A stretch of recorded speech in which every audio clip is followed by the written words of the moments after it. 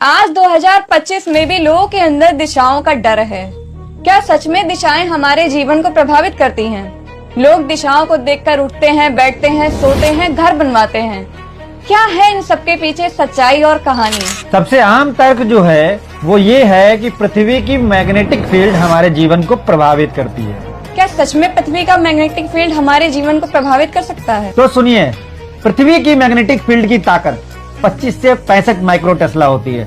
इससे 15,000 गुना ताकतवर तो हमारी MRI मशीन होती है। फिर भी ये हमारे शरीर को प्रभावित नहीं कर पाती है। इंसानों में चुंबकीय रिसेप्टर्स होते हैं, लेकिन पंछियों से कई हजार गुना कम। फिर भी पक्षी ना तो दिशाएं देखकर घर बनाते हैं, ना तो सोते हैं। अब हम आपको बताते हैं कि हमारे भारत में घरों के निर्माण में दिशाएं क्यों देखी जाती थीं। पहले के भारत में पूर्व की तरफ खिड़की इसलिए रखी जाती थी क्योंकि सुबह की सूरज की रोशनी मिल सके।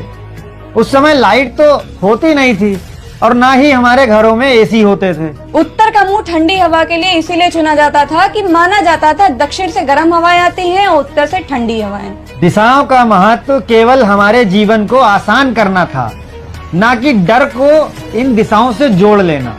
एक रिसर्च हुई जिसमें दिशाओं का डर मानने वाले 200 लोगों को अलग अलग हॉलों में लिटाला गया।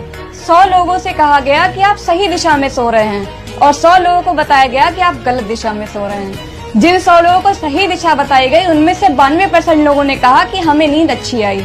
जिन लोगों को बताया गया था कि आप गलत दिशा में सो रहे हैं उनमें से 72% लोगों ने नींद की शिकायत करी कि नींद हमें अच्छी नहीं आई, जबकि वो 200 लोग टोटल सही दिशा में सो रहे थे। इसको साइकोलॉजी में कहते हैं नोसिबो इफेक्ट, मतलब डर से ही बीमारी पैदा होती है। जब आप यहाँ मानते हैं कि आपको दिशा प्रभावित करती है तो आपके दिमाग में डर का केंद्र सक्रिय हो जाता है। कॉर्टिसोल का उत्पादन 23% बढ़ जाता है और आपको नींद आने में दिक्कत होने लगती है। असल में अच्छी नींद पाने के लिए सबसे ज्यादा जरूरी चीजें हैं अंधेरा कमरा हो, शोरगुल कम हो, अच्छा बिस्तर हो और सबसे बड़ी बात मानसिक तनाव कम हो। जो लोग मान्यताओं पर टिके हैं उन परिवारों के लिए हमारी एक सलाह है। इस सलाह को याद रखिएगा।